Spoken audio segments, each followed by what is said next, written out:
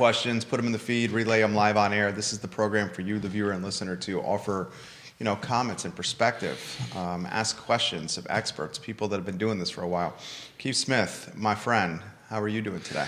I'm excited to have my dear friend Scott sitting to the right of me. One never really knows how a show's going to go, so I'm excited about it. But we're gonna kick off.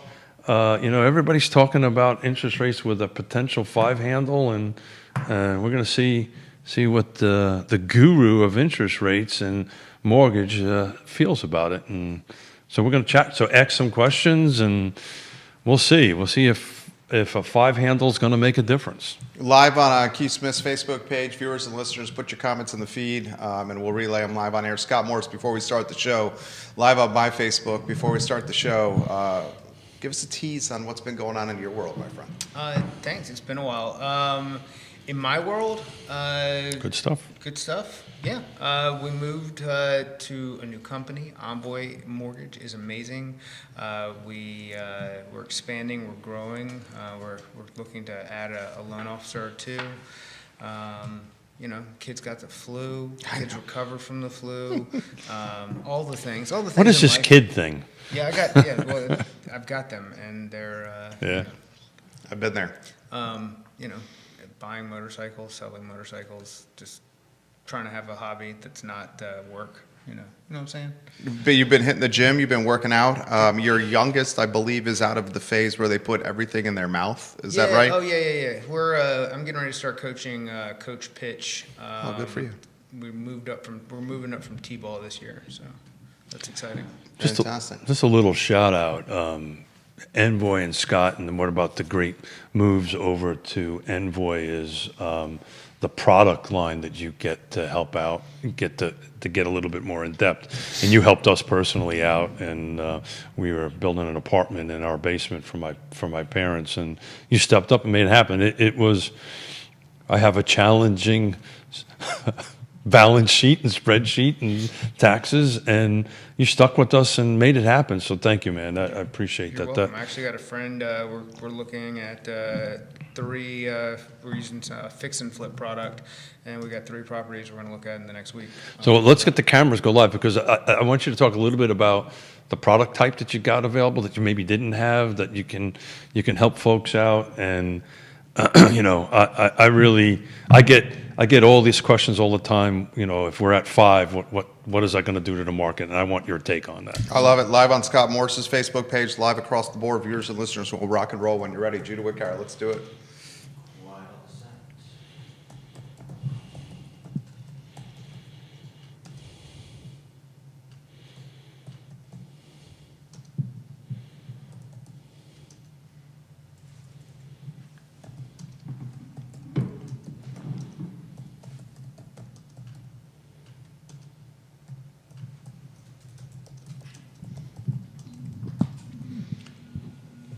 Good Friday morning, guys. My name is Jerry Miller, and thank you kindly for joining us on Real Talk with Keith Smith. It's an absolute pleasure to connect with you guys through the I Love CVille network on a show presented by Yes Realty Partners. Yes Realty Partners, a boutique brokerage led by Keith and Jonas Smith, has been in this game we call real estate since 1987. They have personally, Keith and Jonas Smith and YRP, helped our family buy and sell a number of homes and a handful of transactions.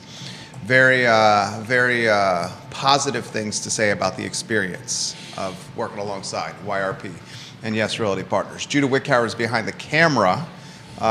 Keith Smith and special guest Scott Morris are in the house. Scott Morris is a mortgage broker that is a household name in this market, and a lot of developments have happened in Scott Morris's professional life since he has last been on Real Talk with Keith Smith, including a new company he is partnered with. Judah Whitcar, studio camera, then 3-shot. Keith Smith, good morning. Scott Morris, good morning. Good morning. Good morning. Good morning. It's been a while. Good morning, gentlemen. And if somebody can turn the temperature up outside, this old body would appreciate it. 17 degrees this morning in Ivy. Walking Max, the German Shepherd, was no fun. Yeah, when you reach a certain age and you have a certain volume of fractured bones in your body, when it gets below freezing, You know, your fingers don't move, your toes don't move. You'll find out when you get there, you I mean, they guys. say You this guys whole just- ice bath thing is supposed to be good for you. You know, just walk out, just absorb it. There you absorb go. it. So tell us what's going on in your life, man. This is a big move, and where Envoy is can help folks out a little bit better than in the past. And again, a shout out to you for helping the Smith family, because we were up against the wall and you made it happen. So thank you, man. Thanks, man. Yeah, so just a lot of similarities as far as we've we're still going to be 3 weeks or less on a quick close, as fast as 10 days in a lot of situations. We underwrite our non-QM product, or the majority of it. That means, like, if we're talking bank statement loans, DSCR loans, I-10 loans, we're going to underwrite those in-house. So I've got more control of that process, which makes for some faster turn times and for an ease in underwriting, and just a better situation for partners across the board. Along with that, like I was mentioning earlier, I've got a friend, we're looking at a fix and flip product for 3 properties that we'll control and can turn those around pretty quickly. That's where he's going to go in, borrow the money, fix the house, and then immediately sell the house within the first 180 days. Outside of that, it's a lot of this is standard, but they've got a great process along with our team's great processes. Really give us a lot of advantage for somebody who's looking to move quickly, whether that be contract time or literally move quickly, like, hey, we're here, we're ready, let's go, and then getting them from pre-approval through contract to clear to close in a fast amount of time that everybody can rely on. So I can testify, you're working with a couple of our clients, very complicated transactions, and you're engaged, you and your team, and Tova in particular, are engaged with them. So Tova's amazing. Tova's amazing. That's who really makes it all happen. So. Well, we know that. I'm just trying to be kind. You're sitting here with me, but Tova kind of does everything. You just sit around and flash that beautiful smile and Meet people. No, meet Scott people. Morris moves mountains. But He's a problem solver.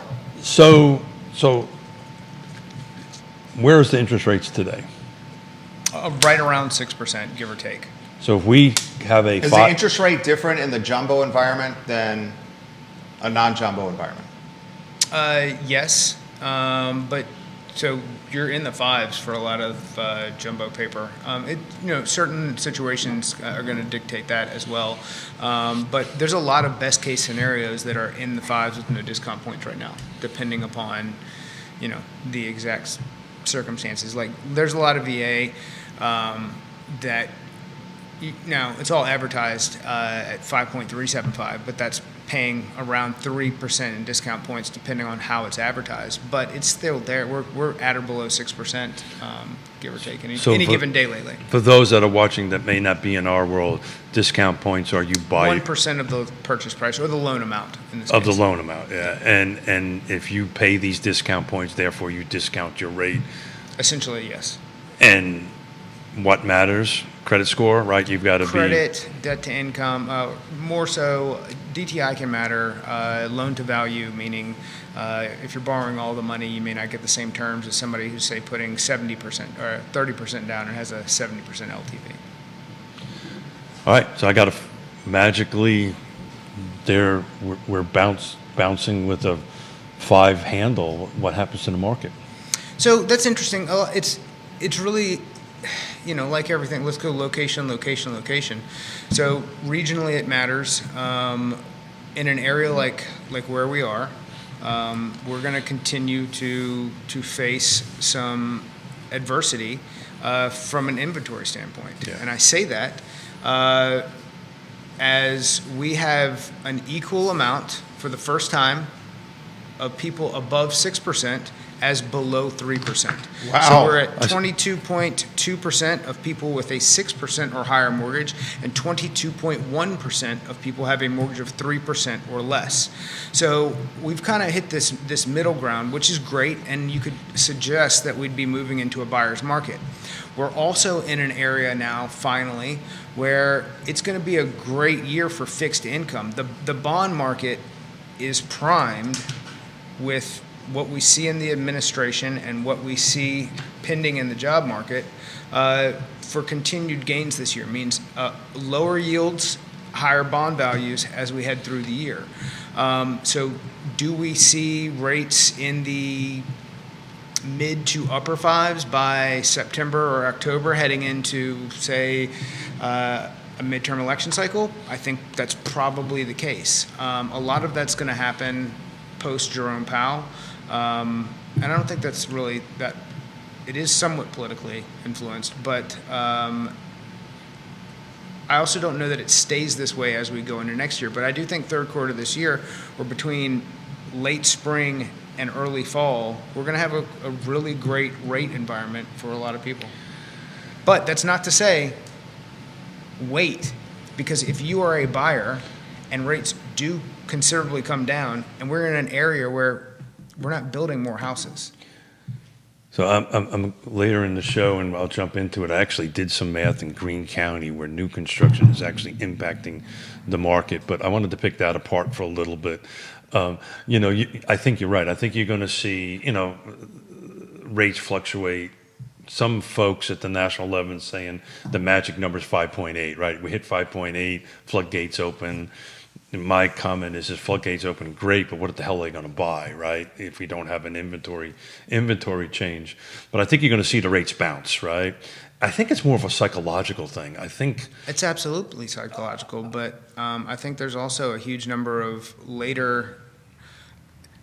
older Americans who hey, watch it, who have a home that is paid to a certain balance, and they can't get out of it and get into something comparable or even downsize at a reasonable cost. That I think you see a spike in reverse mortgage activity, and so that traps that inventory as well. We can get into that if you want. The Tom Selleck pitch, the reverse mortgage. I mean, you've seen 40% increases in value for people who've probably spent a lifetime in paying down their house but don't have a 401k to lean back into. Christopher Ketchum, hello. Conan Owen, hello. Dave Alley, the realtor, hello. Matt Neese, hello. Aaron Moody, the custom home builder, hello. Cully Baggett, the developer and builder, hello, and welcome to the program. Viewers and listeners, Jay Wyant, the gentleman farmer, the Titan of Troy, watching the program right now. Keith Smith, you have something, that I got stuff on the feed for Scott. Yeah, so I just quickly pick apart the importance of why we hit this 6% mark, this ratio that we have, which if we would have had this conversation a year ago or 2 years ago, you would have heard 80% of the loans or 60% of the loans at 3%. So that's telling me this market is moving, right? And there's folks selling that have 3% mortgages and buying it. But what impact does that have on the market, you think? The evening in, so it just shows that people have, in large part, not just been waiting for rates to come down before taking action, because a lot of people don't have the option. They're, death, divorce, jobs, they're the things that drive a lot of our activity, has continued to push people to make life-changing decisions. What's the 5 Ds, Jerry? Death, divorce, diapers, diamonds. I always forget the other one. Downsizing. Yeah. It sounds a lot better if you start with diamonds, not death. Just saying. Diamonds. Okay, so what is it? Diamonds, diapers. There you go. What is it, Scott? Downsizing? That's divorce. But divorce, yeah, because of the kids. Divorce, and then do we want to turn this into a... My kid gave me a black eye. I have a black eye on the show. So if we do this again, just remember, death last. Just so we start, we don't start with the negative. We kind of end with the negative. But that's the reason why. And if you take a look at the data that NAR put out, something like 80% of the folks that are, and I can't remember the exact number, that are moving is because of family and friends and for different locations. But I think if we start seeing a high 5 point something and it's bouncing between a high 0.5 something and maybe just... Well, he's saying we're there now. I agree. And I think if you look at nationally, isn't mortgage applications up? Mortgage applications are up. Like 30% or some big number, right? December was the highest increase in new purchase activity in like 2 years. There is activity, but in places where you see more inventory and better value, you see even more activity. And I think, and that's not to say that, we're not going to see an influx. I'm just saying that values are going to, I'm saying if you are a buyer and you could buy right now, as opposed to 3 months from now where the rate might be 0.5% lower, we're going to get back into some capacity of value of multiple offer situations, which are already out there, and continued competition. Yes. The 5 is an emotional thing, right? I think people are just going to, go out and buy toilet paper. I think 5.5 is an emotional thing. I think just seeing a lot of 5.999. We'll have to bet on advertised. something. I think if you're seeing a consistent 5 in it, I think you're going to see the emotional pendulum swing a little bit, and I think you're going to start seeing people jumping in the market one way or other. We'll see. Maybe we'll have to bet a bottle of water on it or something on it. But you've got some stuff over there. This is coming in from Crozet. Can you explain buying points? Yeah. So when you're quoted a rate, and the rate is par or no cost on any lender's rate sheet, depending on what their margins are, they're all going to be very similar. And then generally, as a rule, roughly 1% in loan amount is the equivalent to approximately a quarter point in rate. So you could spend 3% of your of your loan amount and lower your mortgage rate by 0.75%, approximately. That is not always consistent, but it's generally kind of a rule of thumb. I'll throw this as a follow-up, my question, where the expectation is we're in a declining rate environment. In a declining rate environment, why buy points? Exactly. Why would you pay discount points if you think that you're going to refinance the loan next year? And one of the easy ways to work that out is you take the difference in the payment between the par rate and the cost of buying down, and you divide that $50 into the amount $500, and it gives you 10 months. It's just an example. He's basically saying the break-even point is 10 months. That tells you how many months it's going to take you to get there. Yeah. So you've got my wheels turning on this reverse mortgage. I don't know if we want to take a deep dive into it, but Sure. I've got some specific opinions on it. Why do you think you're going to start seeing more of that? Because I think there is an increased number of Americans who don't have retirement in place outside of Social Security, who have home values that are greatly increased over the last 7 years, and it gives them a way out without having to exit their home or rely on a family member who doesn't want them there. So what that doesn't do is help increase inventory. Correct. And it doesn't help on the sales side, but what it does is you're projecting to see a lot of that to help people stay in their house. I see an increase. I think there's an increased amount of it. Do you think it's a good thing or a bad thing?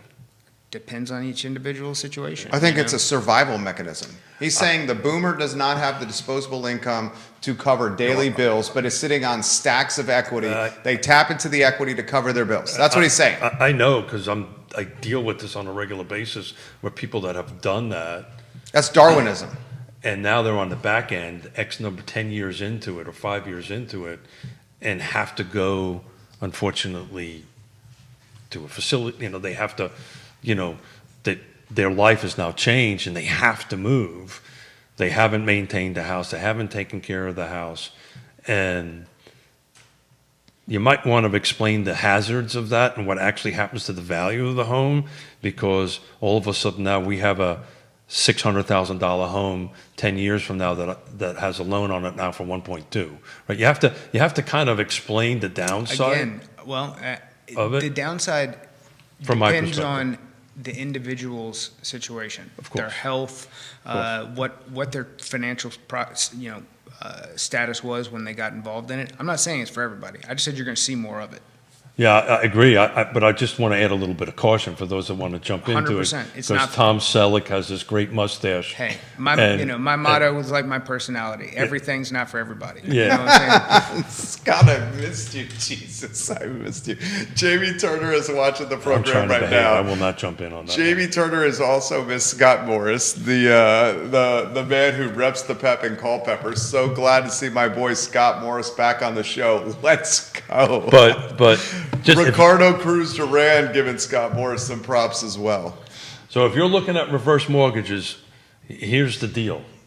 Reach out to Scott and make sure you understand what it is to your individual such circumstances. Make sure you also reach out to your CPA and your attorney That's because what part of the, okay, that's what part of what you're saying. So I've got somebody who, last fall, we were like, we can do this for you. We do not want to do this for you. But a lot of the people who are in They this don't have a choice. situation, they don't have a CPA and they don't have a financial planner. yeah, 100%. That's what they're- That's why they're in the position. 110%. Okay, how about this question for Scott then? Instead of the reverse mortgage, why not a refinance or a HELOC instead? Because they don't income qualify to repay that money. There you go. It's about getting them a payment plan in addition to what other benefits they are already collecting based on the equitable amount of value in the home, what they expect in the longevity and quality of their life, and how their family supports them in the process as that goes forward. And I'm dealing with one right now that there was a passing. The children who's got the estate of it is trying to sell a home that is a couple of $300,000 more on the debt than the home is worth.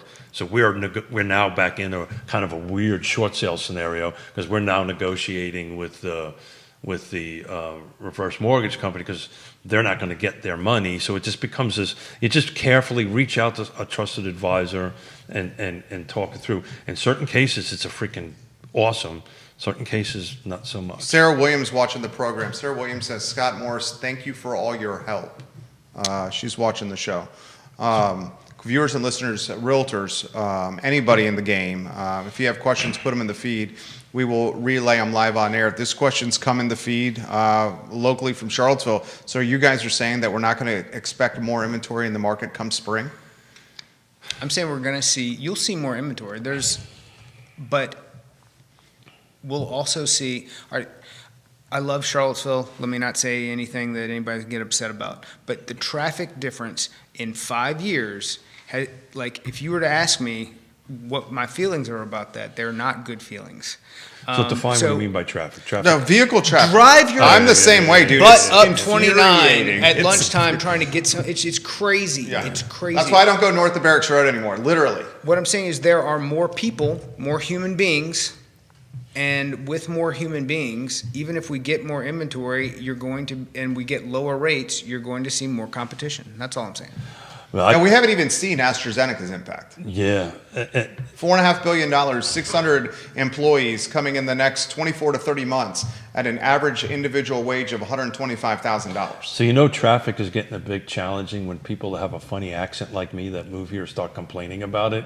They're either been here too long and forgot about the traffic back in New York, or it's starting to get a little bit better. That 29 bypass idea from 60 years ago sure sounds good now. Yeah, You think, huh?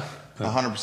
That was weird how that all of a sudden ended in like minutes. The difference is, however, Keith, like we didn't, we understand traffic is big in Manhattan. My wife spent 10 years in Upper East Side as a Long Islander. Well, you and didn't traffic get is in a the nightmare. car, you just hopped in the subway. Well, you didn't move. You don't move here for that. Yeah. If you want to deal with that, you just go to Northern Virginia. But the reality of it is, people are coming. People Yeah. will continue to come. The 5.8 will increase inventory, but it's not going to increase inventory enough to make a difference. If there's lateral moves, right? So if somebody is living on one end of Charlottesville wants to move to the other end of the Charlottesville, and they've been waiting for this rate to happen, well, that's not helping inventory because it's a balance, 1 for 1. Now, if the person that wants to move out is moving out and going down to wherever outside of the state, then that kind of gains inventory.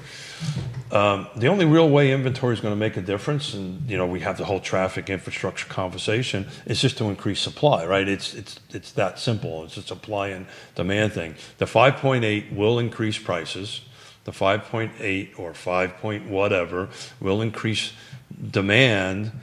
We will never go back to the unicorn. I don't think we won't go back to the unicorn years with multiple offers and crazy stuff. You buy that, Keith? You buy that, Scott? I mean, the right property already creates that environment right now. Now, but it's not as insane as it's not as insane because you've got, I think, a lot of traumatized buyers out there over the last couple of years who were just willing to say no.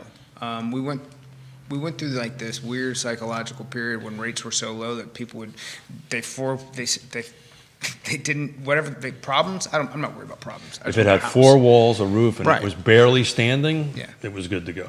But you're now seeing normal tempo flow in the marketplace, in my opinion. You don't see that many transactions without home inspections, at least in our world. You're seeing this normal tempo. You're not seeing this insanity where people just did silly things. By the way, the people that are doing it now, that are trying to sell it, are kind of regretting they moved that way. I've got one right now we're trying to sell that they closed on it, never did a home inspection. And now we've got issues in the house that they've never addressed, that we're going to have to address, even in a multiple offer situation. You've seen a lot of home inspections back? We went through a phase where we did, or people releasing over them. We're seeing less. I'm seeing less release over the home inspection. Oh, okay. They're still having the home inspections. Yeah. They're having. And that's the point I'm trying to make. There was a while people were just jumping out for any reason. We're seeing more offers come through with concessions. We're seeing we're seeing a subtle shift to a more buyer-friendly market, and higher rates for a longer term have been part of what's been able to create that. And I think in order for the market to really normalize, that this is it's healthy medicine. So for the non-real estate folks that are watching, describe what a concession is. That means John found something on Joe's house that he's buying that he didn't like, and they were able to negotiate a cost back to the buyer from the seller from something found in the home inspection. Or Joe's house had been on the market for so long that he was willing to accept John's offer and help assist in paying his closing costs in order to get the home off of the market. I.e., we have a $400,000 house and John is selling. Joe needs $15,000. So closing costs. So rather than taking a reduction and that's advertised, he goes ahead and say, hey, I'll sell it to $400, I'll net $385 and give you $15,000. Yeah, we're starting to see a little bit of that. A little bit of word of caution. What's the maximum percentage typically? It depends on so if it's a conventional loan, it's 3%. Unless they're putting more money down, then that can go up. On a VA loan, it's 4% in air quotes because we can be pretty creative with that, and FHA is 6%. So that means if we're doing a conventional, the maximum amount that you can work with is 3%. 3%, that's correct. Unless they're putting 20% down, then you can go higher. Brittany Gray watching the program, she says, I don't want to go back to a market with no inspections. That was a terrifying time. She's a realtor. Thank you, Brittany Gray, for watching the program. I couldn't agree more. This comment's come in the feed for Scott and Keith. You guys have talked about how some buyers utilize all cash to purchase, but before closing, they use a financing vehicle with somebody like Scott. Is that still happening? And can you offer more insight? It happens occasionally. Somebody who is capable of paying the cash. The main thing is that it gets closed on time, because at the end of the day, if there's no appraisal, if we get a PIW, an appraisal waiver, the sellers may never even really know until there's an addendum near the end. But occasionally, if an appraisal is involved, then you have a listing agent who questions why we're doing this as opposed to doing that. And the client's already shown that they're going to pay the cash if they can't get the finance situation taken care of in time. But it does occasionally happen. A little word of caution, on the contract side of things, yes, you can do that. You can do a cash contract, and you can convert over to a loan product to close at the end. You cannot change the basic terms of the contract. Right? Why not do it after closing? Then So because then you're cashing out. The rate's going to be different. If you used any money that's not your own, you've got delayed finance terms that you've got to meet. So you could have to wait potentially a year before you could get the money back out. Like if you took your mom's money and did it, as opposed to using your own, you couldn't then cash out and pay her back. You'd have to wait a year to get that money back. You could immediately cash out if it is your own money, but you're still getting less. The terms aren't as good as opposed to using purchase money. Yeah, and just a little caution, right? You can't like I was trying to get. You can't change the terms, right? So if all of a sudden, you know, you can't qualify for a loan, you're still committed to do this, because in a cash transaction, in the very beginning of it, you've got to do proof of funds. You've got to say, I've got this amount of money. So some people do it. It becomes a great tool to secure the right piece of property.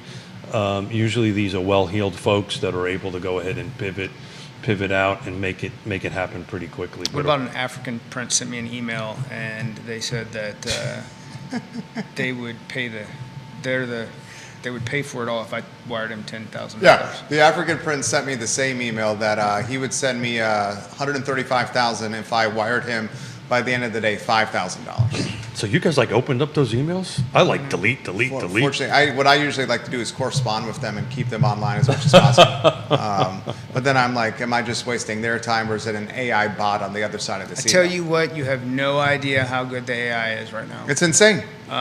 So I had a call. I've got a VA loan on a property, and I get a call, and I picked up it was AI immediately, but I didn't realize how good it was until I started asking it questions specifically about the loan, and then hey, what time is it? Actually, I'm in California. Oh, actually, I'm in Houston, Texas.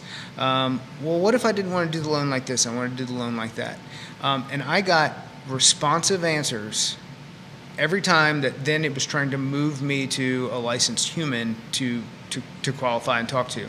But if it is as good as it is now, I mean, it's going to be burning somebody's grandma up in another 6 months. It's good. I think he's alluding to this, what it's going to do to the job market. Yeah. That's the terrifying proposition. Specific jobs. I use the heck out of AI, but I just use it as a tool to help me do things faster than what I normally. Well, now all your emails are grammatically correct and have punctuation, and there's Isn't no that amazing? spelling errors. I'm like, oh my God, Keith, It's amazing. this is absolutely amazing. What happened here? Huh? I actually missed the previous email style you utilized, to be frank, because it was endearing, my friend. Okay, well, so I'm trying to sound a little smarter. That's all. So it's I'm trying to get better, trying to get smarter. It's helping me get a little bit smarter. Some people will debate about that. How about this question for Scott and the panel? What are the pockets that the panel is still seeing that are red hot, and which are the pockets that have cooled? Geographical territories and price points, Scott. So I think it's geographically has less to do with a town and more to do with is it a flawless property? If it is a flawless property that is priced correctly, it's gone. If it is not a flawless property that is not priced correctly, or if it is a flawless property that's not priced correctly, you're going to see more days on market. So I've been saying this, so I think I mumble it in my sleep. Right location, right price, right features, right condition, right timing. And I added a sixth one a year or so ago. Right folks on the other side, right team, right. But if it doesn't hit those two middle ones, features and conditions, people are not. You're seeing some of it, but not that much. They're just turning around and walking out. I sold something recently, and you smiled. That means I'm doing something right. A friend of mine said, he's like, but you gave it away. I said, I got more than I asked for, and it's gone. What do you mean? I accomplished the goal. The goal wasn't to let it sit for 180 days. Well, if it sits for 100 days, what does it do? Of costs you money. Yeah, and you're going to end up reducing down. It's just and then stress for everybody. Like, do it right. And you did well. Yeah. There you go. You couldn't happy. ask for more than that. So a little programming heads up. Both my sets of hearing aids are gone. So I'm reading lips. So You're doing a great job, Keith. I wouldn't even guess. No, seriously, Genius, which would be me, on the flight down left my very expensive high-end VA hearing aids in the back seat of the thing. So if you ever fly international, they tell you the moment you walk off, you can't go back on, and then my backup hearing aids died. So I'm reading lips. So if I step on somebody, behave. I saw it. When are the new hearing aids coming in? You're gonna have to put up with this for about another month or two. Okay. So let's. Can I answer that question Yeah. a little bit? Because I want to do a little Greene County analysis, and just a quick little Greene County analysis on the impact of new construction on the market. So 2024, there was a total of 205 sales. 2025, there was a total of 315. So that's a 53% increase. All of that, matter of fact, there was actually a decrease in existing homes, 24 to 25, of roughly 8%. And while there was an increase in new construction of almost 500%. But what has happened is the price is somewhat stabilized. So what has happened is new construction has caused Greene County's tempo to pick up, caused its market to pick up. It's not really helping the existing sales, frankly, right? And look at Greene County as a new subdivision, right? When you're moving into a new subdivision and you're the first house built, right, and you want to sell 2 years out and the development hasn't built out yet, you're competing against new construction, right?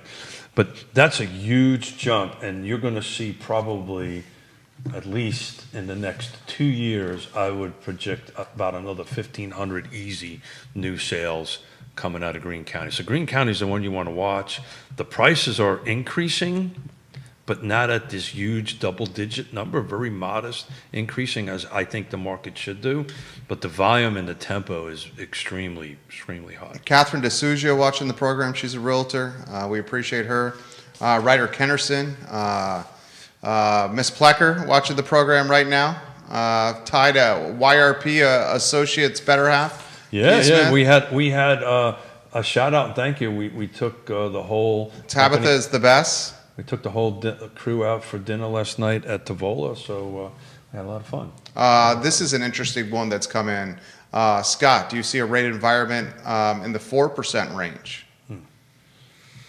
You'll see you'll see advertised rates in the 4s with discount points in the summer, assuming that we get that 0.5% below where we are right now. So do I see like your average rate being at that? No, I don't see that in the future. And in fact, I think next year we could potentially be back in where we are.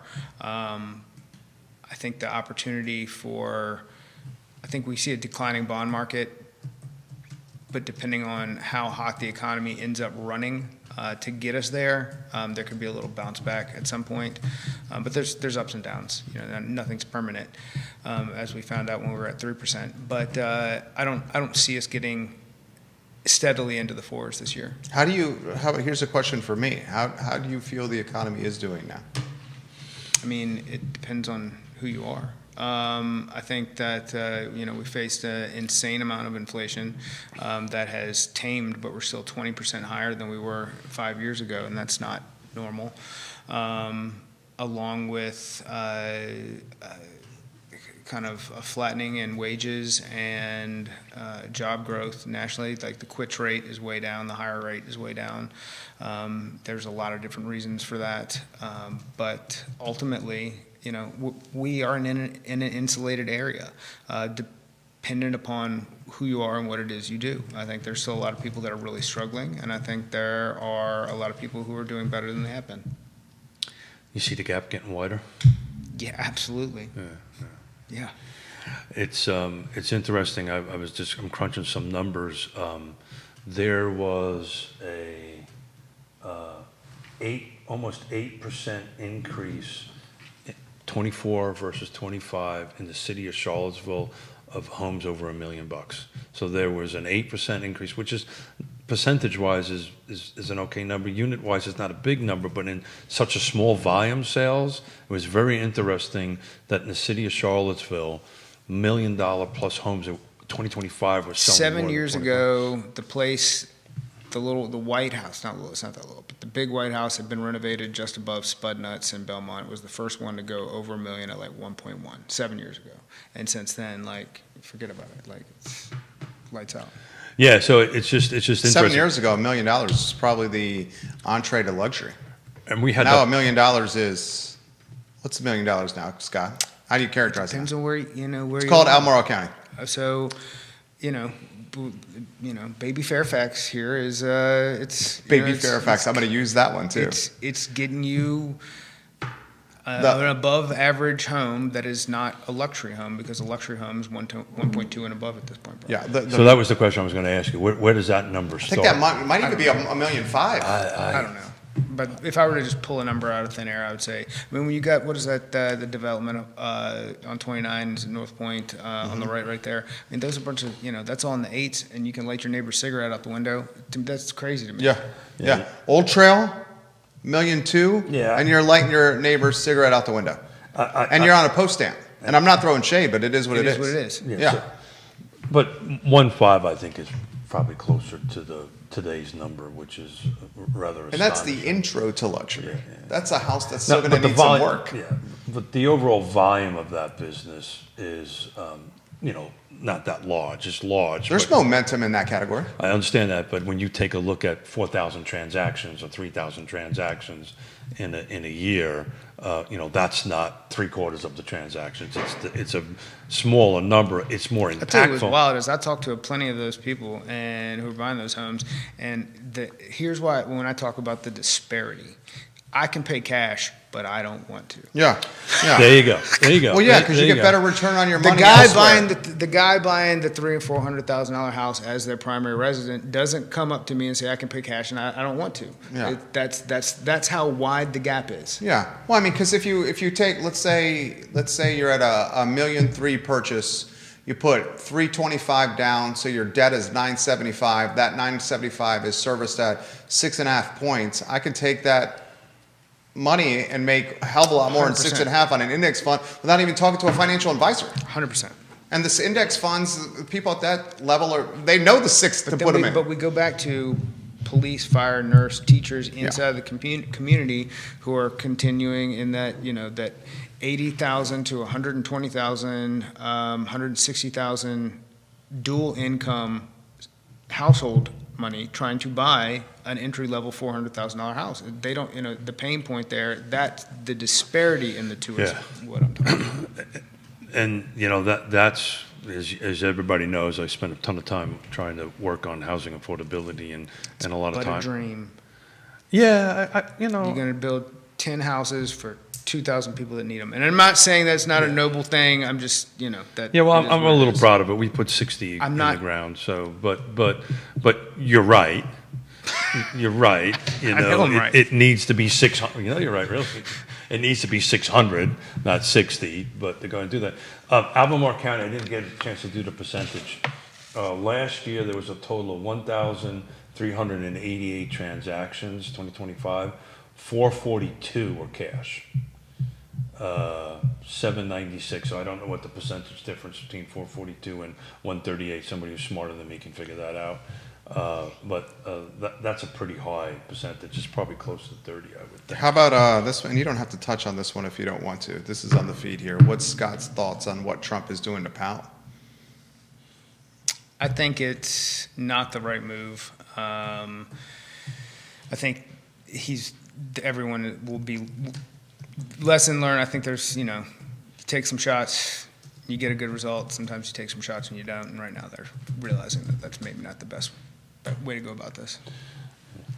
Kind of looks like two guys in the sandbox. You don't want to, Keith doesn't want to touch it. In my standpoint, should be independent. You can't, look, there's a lot of things, and I was just talking to somebody about that this morning. you cannot employ your guy to have the power to do certain things and then not have the cognitive ability to realize that when the other team gets to do it, you're not going to like what they do. Neither one of them should get to do certain things. That's Gary it. Palmer, welcome to the show. 100%, 100%, 100%. It's called overreach. We 30, saw that with Youngkin with the 32, Board of Visitors, 32. and now Spanberger is going to do that to the Board of Visitors. 32%. 32% Albemarle County. That's his so. segue right there, Scott, to get us away from that. That's what that was. 32. 32%. 32% of sales in Albemarle County were cash sales, 2025. Just to pick a number. Do you see that number going up or down? Oh, I thought we were going to pivot to something else. Nah. But I would think it would go, that number would decrease as rates drop.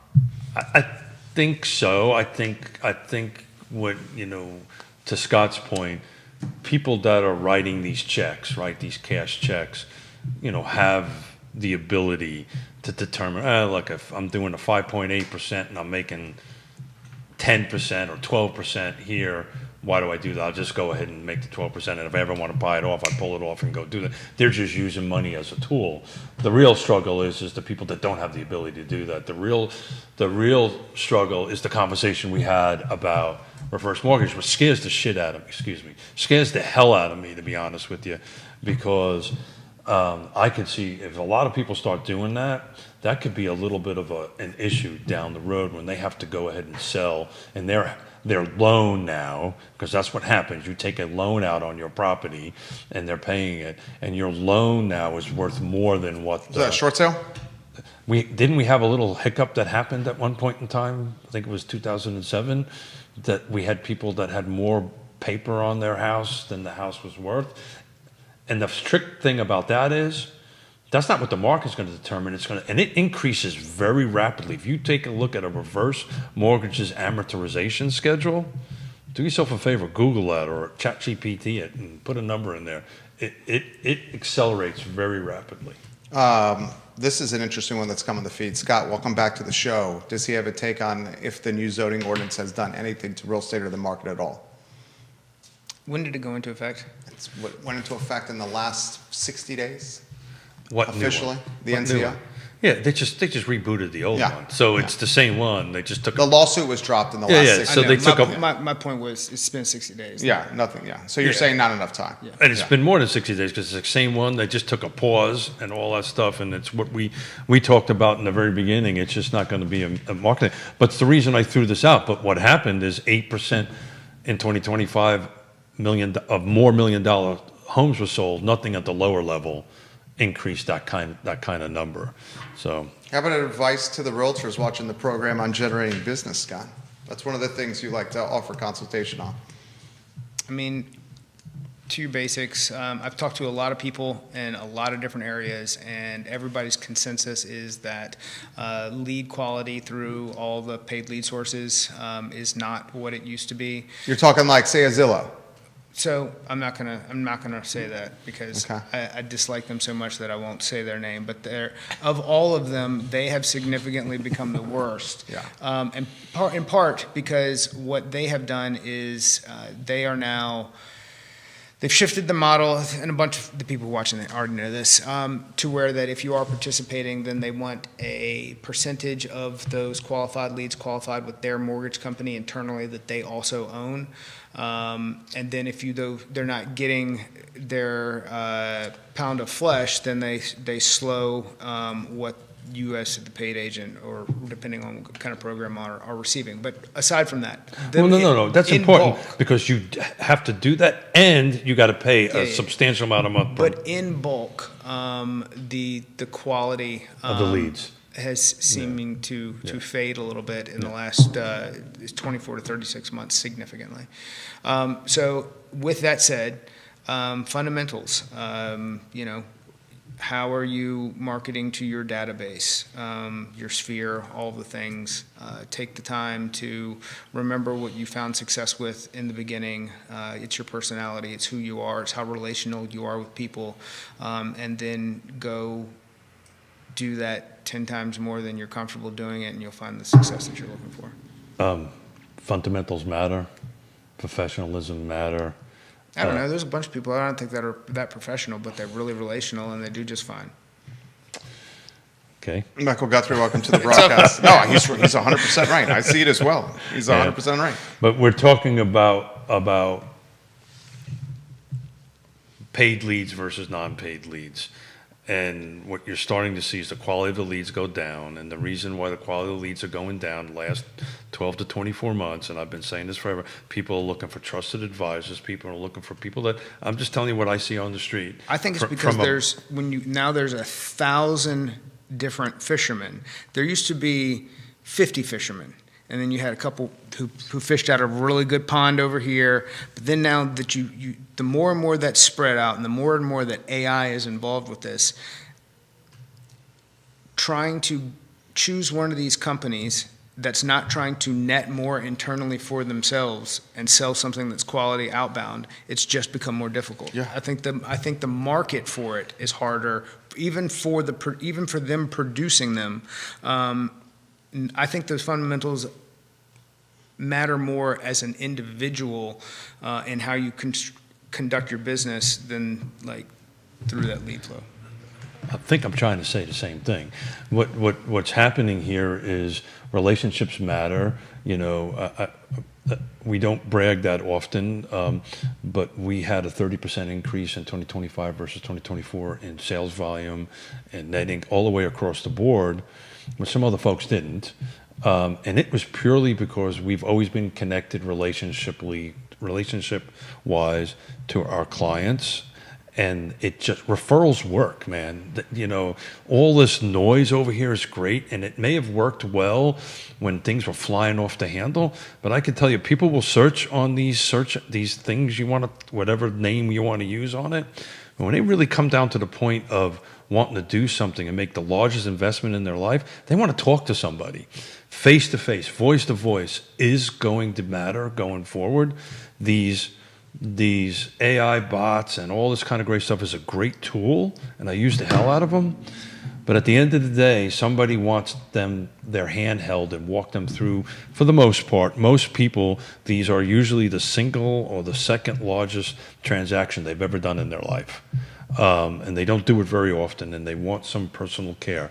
So, you know, I never understood buying leads, never did it for 40 years, never will do it for 40 years.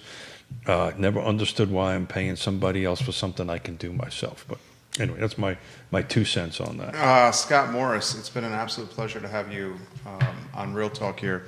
Anything we haven't covered, some closing thoughts, some other items on your mind?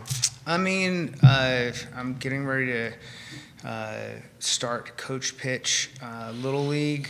That's the big thing upcoming for me this year.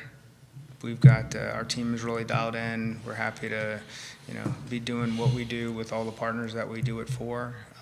That's clients and realtors and, you know, everybody involved. And just looking forward to a really great 2026. So 1 minute, little sound bite.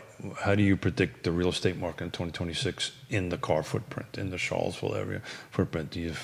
How do you see it shaking out? Stronger than last year. Yeah, there you go. Not usually stronger or moderately stronger? I don't think there is moderately stronger. I don't think there's enough. Yeah. There's not enough inventory to support some great spike, and the mechanics for a great spike don't exist. You'll see it in green. You'll start seeing these. But it's better. I expect better. Yeah. So you expect better across the market. Specifically in this market. Yeah. Well, what we will see. I agree with you. I think you're going to see a more tapered, moderated market moving forward. It's going to move up overall. Things are never as good as you expect them to be. They're never as bad as you expect them to be. 100%. I've been talking about this on the show for a while. From a tempo perspective, right? This feels more like 2019, right? You know, the curve, right, of sales happening at this time of the year, that kind of thing. You're going to see that, where some of the unicorn years, it just was this rocket ship and everybody was kind of hanging on. So there is a tempo, there is a flow to the market, and I think you're going to start seeing that materialize itself in 26, 27. I think you're going to see a nice, balanced, calm market. As somebody who's been in the market for a while, I like that. I prefer that over this insanity up and down. So, I like insanity. well, that's because of, He thrives on chaos. Yeah. So I thanks, do buddy. as well. Thanks for showing up. Keith Smith, Yes Realty Partners, Scott Morris, the Scott Morris team. If there's a lender that you need to reach out to, it's clearly Scott Morris here.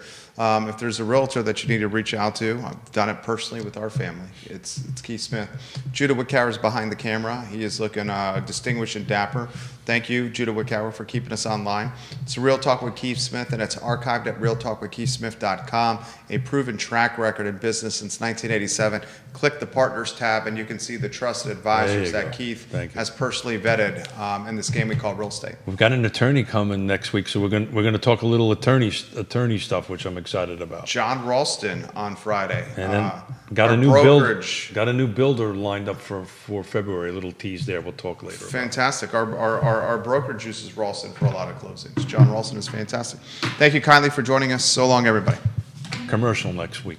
I'm looking forward to. Fantastic. We're going to talk a lot of commercial stuff next week. I love it.